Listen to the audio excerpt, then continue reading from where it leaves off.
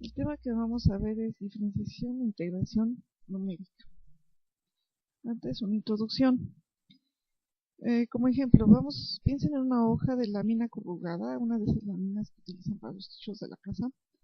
Estas láminas se construyen al presionar una hoja de aluminio plana de tal forma que su sección lateral, es decir, esta sección, queda como la función seno. El problema es el siguiente.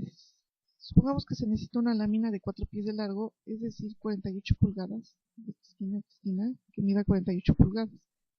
El problema consiste en calcular la longitud L mayúscula inicial de la lámina plana, de tal forma que cuando hagamos el corrugado se obtenga esta longitud de 48 pulgadas. De cálculo tenemos que esta longitud se puede calcular con esta fórmula, la integral de 0 a 48, la raíz cuadrada de 1 más la derivada de la función al cuadrado. Como aquí la función es la función seno, la derivada nos queda coseno. 1 más coseno al cuadrado, raíz cuadrada.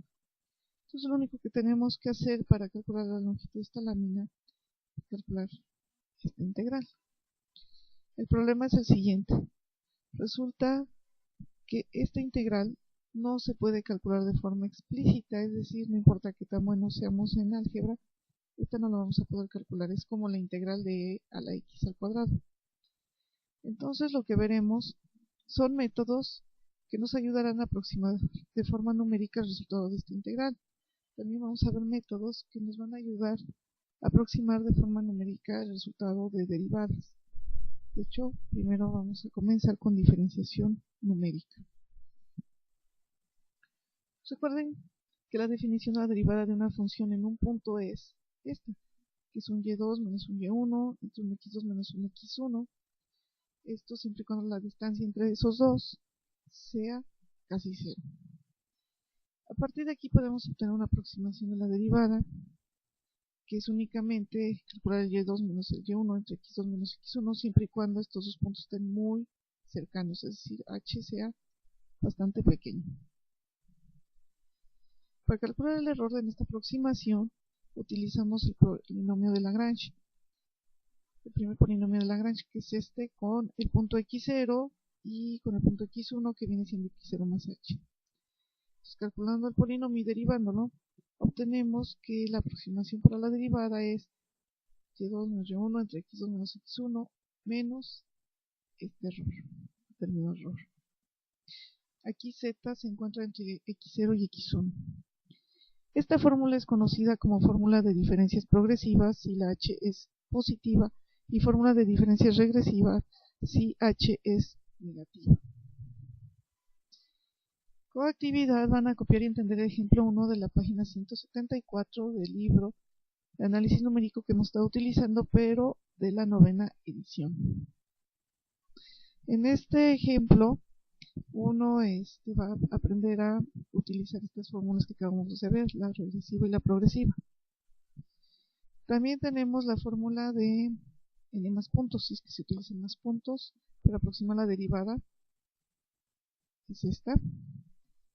Este es el término que nos ayuda a aproximar y este es el término de error. Bien. Por ejemplo, podemos utilizar 3 puntos. Aquí vamos a obtener varias fórmulas de 3 puntos. Una es la fórmula de 3 puntos que se basa en el punto extremo de la izquierda, es decir, el primer punto es x0, y los otros dos son x0 más h y x0 más 2h. La fórmula para aproximar la derivada es esta, con su respectivo término de error. Existe otra fórmula de 3 puntos que se basa en el punto extremo derecho. Esta se obtiene del anterior únicamente cambiando h por menos h. Los puntos considerados ahora van a ser x0 menos 2h, x0 menos h y x0. Finalmente, podemos obtener la fórmula de 3 puntos basada en el punto medio, que es esta fórmula. También tenemos fórmulas de 5 puntos. La fórmula de 5 puntos basada en el punto medio es esta. La fórmula de 5 puntos basada en el punto extremo izquierdo es esta. Y podemos obtener también la fórmula de 5 puntos basada en el punto extremo derecho, cambiando únicamente h por menos h en la fórmula. Aquí van a copiar y entender el ejemplo 2 de la página 178, donde se utilizan las fórmulas de 3 y de 5 puntos. También podemos calcular derivadas de orden mayor utilizando esas fórmulas. Por ejemplo, la fórmula de 3 puntos del punto medio para la segunda derivada está dada por esta fórmula. Aquí van a copiar y entender el ejemplo 3 de la página 180.